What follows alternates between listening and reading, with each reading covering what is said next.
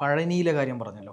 പഴനിയിൽ ഇപ്പോൾ മുരുകൻ്റെ പ്രതിഷ്ഠയാണ് എന്ന് നമ്മൾ വിശ്വസിക്കുന്നുണ്ട്. ചില പ്രതിഷ്ഠാപനങ്ങൾക്ക് അതിൻ്റെ ആയിട്ടുള്ളൊരു ഉദ്ദേശമുണ്ട്.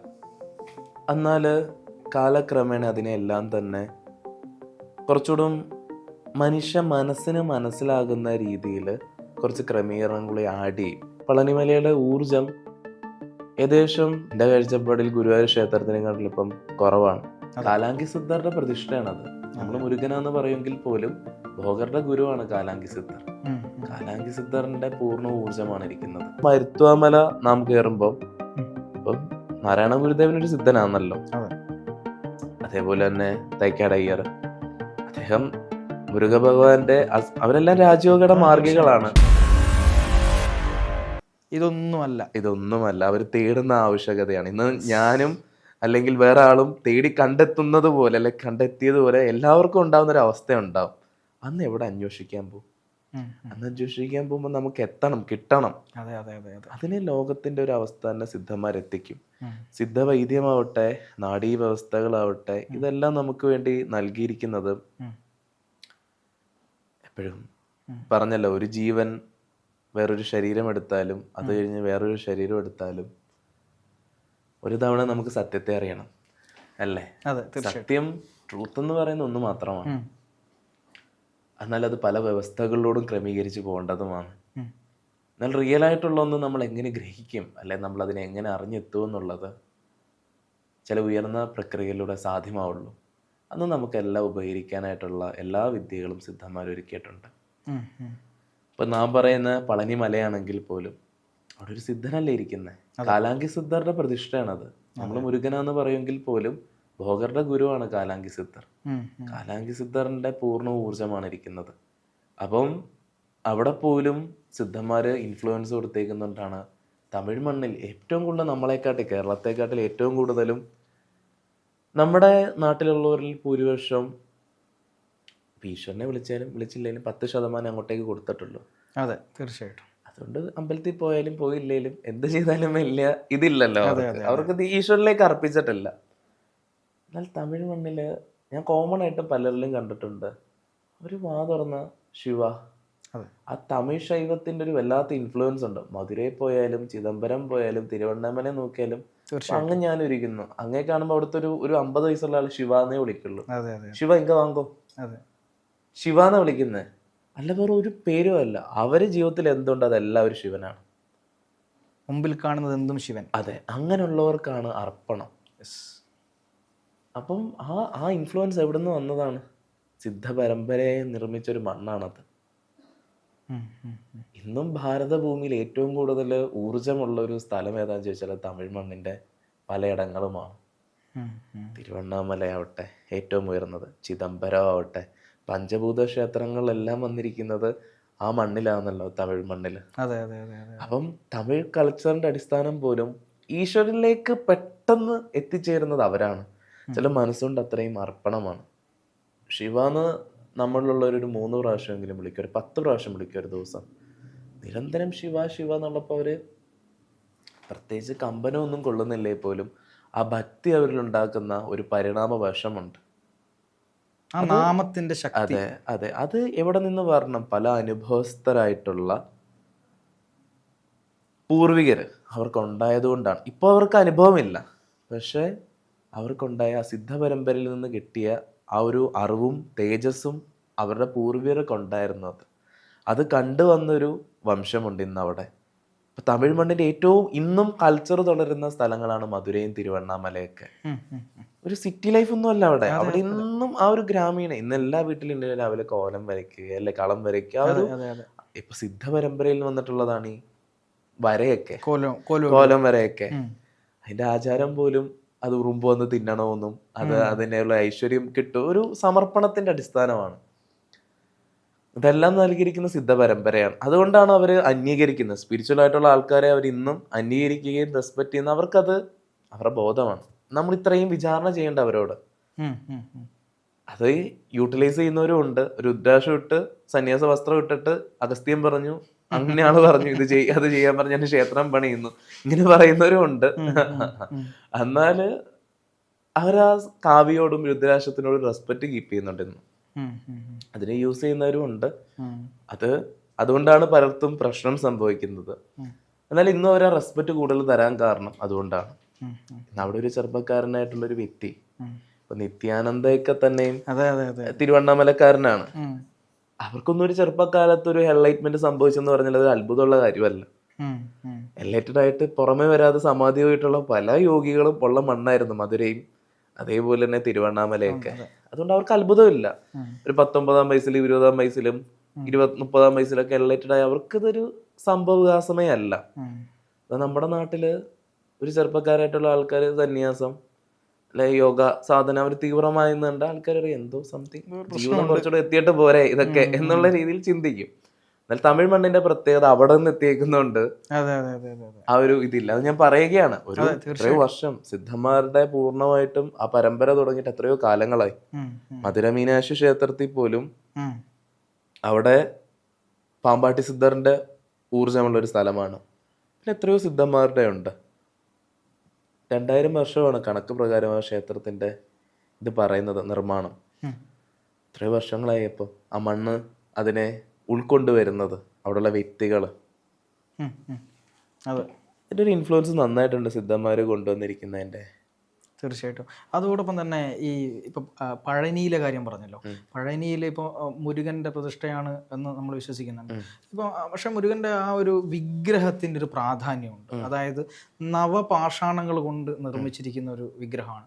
അതിലെ ആ ഒരു ധാരയായി ഒഴുകുന്ന ജലം നമ്മുടെ ഉള്ളിലെത്തിയാൽ പോലും അത് നമ്മുടെ സർവം ക്ലീൻ ചെയ്യുകയും നമ്മുടെ രോഗങ്ങളെ മൊത്തം അകറ്റുകയും ചെയ്യുന്നു. അതൊക്കെ ഈ സിദ്ധ പാരമ്പര്യത്തിന്റെ ഭാഗമായിട്ട് വരുന്ന വിഷങ്ങളെപ്പോലും ഔഷധമാക്കി മാറ്റുന്ന ആ പാരമ്പര്യം. അപ്പോൾ അതിനെക്കുറിച്ചും കൂടി ഒന്ന് അങ്ങ് പറയാമോ? അങ്ങേ ചില പ്രതിഷ്ഠാപനങ്ങൾക്ക് അതിൻ്റെ ആയിട്ടുള്ളൊരു ഉദ്ദേശമുണ്ട്. എന്നാൽ കാലക്രമേണ അതിനെല്ലാം തന്നെ കുറച്ചുകൂടും മനുഷ്യ മനസ്സിന് മനസ്സിലാകുന്ന രീതിയിൽ കുറച്ച് ക്രമീകരണങ്ങളെ ആഡ് ചെയ്യും. അല്ലേ, ബ്രഹ്മത്തിൽ പോകണം, അതാണ് അടിസ്ഥാനം. ഇന്നോട്ട് കർമ്മ പശ്ചാത്തലത്തിൽ നിന്നൊക്കെ മാറി നിൽക്കുക, സന്യാസിയാവുക, സ്വീകരിക്കാൻ പറ്റുന്ന ഒരവസ്ഥയല്ലാത്തത് മനസ്സ് ഒരിക്കലും ഉൾക്കൊള്ളില്ല. ചില വ്യവസ്ഥകൾ നാം അനുഭവിച്ചെത്തുമ്പോൾ നമുക്കവിടെ എത്തിച്ചേരാൻ പറ്റുന്നതുകൊണ്ട്. പിന്നെ ആ പ്രതിഷ്ഠാപനത്തിൻ്റെ ആ വിഗ്രഹത്തിൽ നല്ല ഊർജ്ജ തേജസ്സുണ്ട്, സിദ്ധൻ്റെ ഊർജ്ജം തന്നെ എന്നുള്ള അനുഭവിച്ചറിഞ്ഞ ഒരാളാണ് ഞാൻ. പിന്നെ പഞ്ചപാഷാണം കൊണ്ടുള്ള അസുഖ ക്രമീകരണങ്ങൾ മാറും എന്നുള്ളതിൻ്റെ വ്യവസ്ഥയെക്കുറിച്ച് എനിക്കറിയില്ല.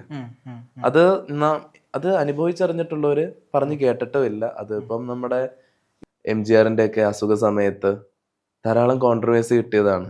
ഇങ്ങനെ അത് പറിച്ചെടുത്ത് കൊടുക്കുന്നു ചികിത്സിക്കാൻ വേണ്ടിയിട്ടെന്നൊക്കെയുള്ള രീതിയിൽ. പിന്നെ സിദ്ധവൈദ്യത്തിന് അതിൻ്റെതായിട്ടുള്ള പ്രത്യേകതകളുണ്ട്. പളനിമലയുടെ ഊർജം ഏകദേശം എൻ്റെ കാഴ്ചപ്പാടിൽ ഗുരുവായൂർ ക്ഷേത്രത്തിനെക്കാട്ടിലും ഇപ്പം കുറവാണ്. അതെ, ഇപ്പം നമുക്ക് എക്സ്പീരിയൻസ് ചെയ്യാൻ പറ്റില്ല ഓരോരുത്തരും എനർജി എന്തുമാത്രം ഉണ്ടെന്നുള്ളത്. ഇപ്പം നമ്മുടെ തന്നെ സാധനയിൽ ദീക്ഷ എടുത്തിട്ടുള്ളവർക്കൊക്കെ തന്നെ ഓരോ ക്ഷേത്രങ്ങളിൽ പോകുമ്പോൾ എനർജി എക്സ്പീരിയൻസ് ചെയ്യാൻ പറ്റും. അവരും വന്നിട്ടുണ്ട്, ഗുരുജി പളനി പറയുന്നതിൻ്റെ അത്രയും ആ ഒരു ഭോഗന്റെ സമാധി ഉണ്ട്, പറയുന്നതിൻ്റെ അത്ര ഒരു എനർജി ഞങ്ങൾക്ക് ഫീൽ ചെയ്യുന്നില്ലല്ലോ എന്നുള്ളത്. ഞാൻ എൻ്റെ ആദ്യ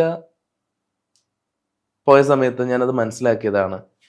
ചിലപ്പോൾ നമ്മുടെ ശരീര ക്ഷീണം കൊണ്ടാണ് ഞാൻ ആദ്യം ഇതാക്കി. ശരീര ക്ഷീണം ആദ്യം കമ്പനം കൊണ്ടിരിക്കാൻ പറ്റില്ലല്ലോ നമുക്ക് ഊർജത്തിൽ. രാത്രി ടയർഡായി കിടന്നെന്നും യാത്ര ചെയ്ത് വന്നിട്ട് പിന്നെ ഞാൻ ഇടയ്ക്ക് ഒരു 2 ദിവസം പളനി നിന്നിട്ടുണ്ടായിരുന്നു. ആ ഊർജ്ജാവസ്ഥയെ മനസ്സിലായി അത്രയും എനർജി അത്രയും ഇപ്പൊ ഇല്ല അവിടെ. ഒരു സിദ്ധ ഊർജത്തിന്റെ വലിയൊരു പ്രക്ഷോഭം നടക്കേണ്ട ഒരു ഊർജമുണ്ട്, അതവിടെ നന്നായി കുറഞ്ഞിട്ടുണ്ട്. ഒരു പ്രതിഷ്ഠാപനത്തിന് 1000 വർഷം അല്ല 1500 വർഷമൊക്കെ ആവാം അതിൻ്റെ ഒരു ഊർജം വരുന്നത്. ഇപ്പൊ നമ്മൾ റീസെന്റ് ഒരു പ്രതിഷ്ഠാപനം കഴിഞ്ഞിട്ടുണ്ട് യോഗീശ്വര ലിംഗ സന്നദ്ധിയുടെ. അതിന്റെ തീവ്രമായുള്ളൊരു ഊർജം ഒരു 400 വർഷം വരെ നിൽക്കും സൗരയൂഹത്തിന്റെ പ്രക്രിയയിൽ ഞാൻ പറയുകയാണെങ്കിൽ. അതേപോലെ അന്നത്തെ സൗരയൂഹത്തിന്റെ രീതിയിൽ ഭൂമിയുടെ ഒരു ഊർജവും ഇതിൽ ചില പ്രതിഷ്ഠാപനങ്ങൾ സൂര്യചന്ദ്രന്മാരിൽ നിന്നും ഡയറക്റ്റ് എടുക്കുന്ന ഒരു രീതിയുണ്ട് ഊർജത്തെ. അതിലെന്തെങ്കിലും ഒരു കുറവുണ്ടാവാം. കഴിഞ്ഞ 2 വർഷമായിട്ട് അതിന്റെ ഊർജം കുറഞ്ഞു നിൽക്കുന്നത് ഉണ്ടല്ലോ. ഇപ്പം എത്രയോ സിദ്ധന്മാര് വന്ന് സമാധി പോകേണ്ട മണ്ണാണ്. ഇപ്പൊ എത്ര സമാധി അവിടെ സംഭവിക്കുന്നുണ്ട്. സമാധി പറയാൻ പറ്റില്ല, പ്രശ്നമാണ്. സമാധി പോകാന്ന് വെച്ചാൽ മരിക്കുകയാണല്ലോ. അവരെന്തോ നിരാശബോധത്തോട് വന്നിട്ട് തലച്ചോറിനെ പൊട്ടിച്ചു കളയുമെന്നാണ് പറയുന്നത്. ആ രീതിയിലൊക്കെ ആയിട്ടുണ്ട്. അതെ, അപ്പൊ അതല്ലല്ലോ ശരിക്കും. അതുകൊണ്ട് സിദ്ധവൈദ്യവും സിദ്ധ പരമ്പര നൽകിയിരിക്കുന്ന പല കാര്യങ്ങളും അത്ര ഇതാണ്. ഇപ്പൊ മരുത്വാമല നാം കയറുമ്പോൾ ഉം. ഇപ്പം നാരായണ ഗുരുദേവൻ ഒരു സിദ്ധനാണല്ലോ. അതെ. അതേപോലെ തന്നെ തൈക്കാടയ്യർ, അദ്ദേഹം മുരുക ഭഗവാന്റെ അവരെല്ലാം രാജയോഗയുടെ മാർഗികളാണ്. മരുത്വാമലയില് എത്രയോ ഔഷധങ്ങളാണുള്ളത്, അതെ. മരുന്നുകൾ. ഞാൻ റീസെന്റ്ലി മരുത്വാമല കയറാൻ പോയപ്പോ എൻ്റെ ഒപ്പം ഒരു ഡോക്ടർ ഉണ്ടായിരുന്നു. അദ്ദേഹം അനന്തു എന്ന പേര് അദ്ദേഹത്തിന്റെ. അദ്ദേഹം എന്നോട് പറയുന്നുണ്ടായിരുന്നു അവിടെ നിന്നൊരു ഇതുണ്ട്, അത് കഴിച്ചാണ് യോഗികളൊക്കെ ഏകദേശം വർഷങ്ങളോളം സാധന ചെയ്ത് പോയിട്ടുള്ളത്. അതിന് പറയുന്ന ഒരു പേരുണ്ട്, ഞാനത് മറന്നുപോയതുകൊണ്ടാണ്. നാരായണ ഗുരുദേവൻ അദ്ദേഹത്തിന്റെ തപസ്സിന്റെ ഒരു 7 വർഷവും അദ്ദേഹം അത് മാത്രമേ കഴിച്ചിട്ടുള്ളൂ. ഞാൻ കേട്ടിട്ടുണ്ട്. ഒരു കായാണ് അത്, ജെല്ല് പോലെ അതെ. ജെല്ല് പോലെ ആയിട്ട് അത് അരച്ചോ സംതിങ്, അത് വെള്ളത്തിലിട്ട് കഴിയുമ്പോൾ ജെല്ല് പോലെ ആവും. നല്ല നെയിം മറന്നുപോയി, പക്ഷെ അത് ഇന്നും ആ മരുത്തോമലയിലുണ്ട്. അത് അതിന്റെ വൃക്ഷം അദ്ദേഹത്തിന് ഏതൊരു സ്വാമി കൊടുത്തിട്ടുണ്ടായിരുന്നു വീട്ടിൽ വെച്ച് നടാനായിട്ട്. അപ്പം ഒരു ചെറിയൊരു ജെല്ല് പോലത്തെ ഒന്നിന് ഒരു മനുഷ്യന്റെ 7 വർഷം നിലനിർത്താന്നുണ്ടെങ്കിൽ നാരായണ ഗുരുദേവൻ പിന്നെ അതിന്റെ അവസ്ഥ നാം പറയുമ്പോൾ അത് ഇത്രയും വർഷങ്ങൾക്ക് മുൻപേ എന്ന് പറയും. ഇന്ന് ഞാനൊരു എനർജി വർക്ക് ചെയ്യുമ്പോൾ ഇന്ന് യോഗീശ്വരലിംഗ സന്നിധിയിൽ ആർക്കും വേണമെങ്കിലും വന്നിപ്പോൾ റീസെന്റ് നമ്മുടെ യൂട്യൂബ് ചാനലിൽ വരുന്ന വീഡിയോയ്ക്ക് അറിയാം, വന്നിരിക്കുമ്പോൾ തന്നെ ഒരു സ്പിന്നിങ് എനർജി പോലെ വൈബ്രേഷൻ ചെയ്ത ആൾക്കാർ താഴത്തോട്ട് വീഴുവാണ്.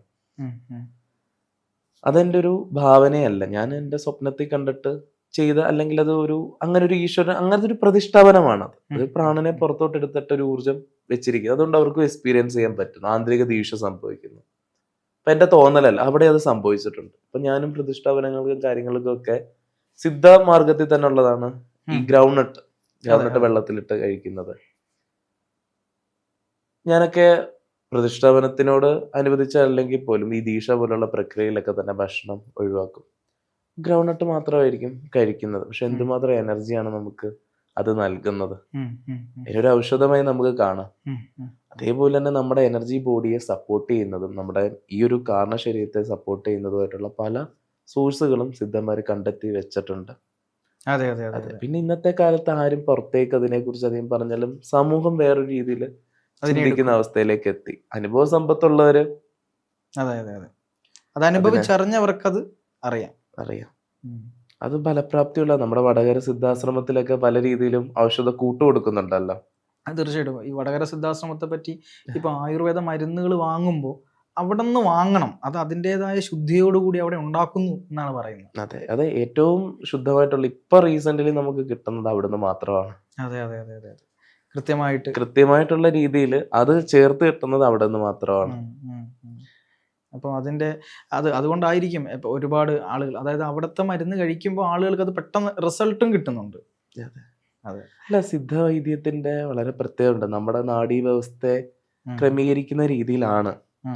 നാം വിചാരിക്കും നമ്മുടെ ഊർജ്ജ ശരീരത്തിന് എന്തെങ്കിലും ഒരു വീക്ക് ഉണ്ടാകുമ്പോഴാണ് നമുക്ക് ഈ ഒരു ഫിസിക്കൽ ബോഡിക്കും പ്രശ്നങ്ങൾ സംഭവിച്ചു തുടങ്ങുന്നത്.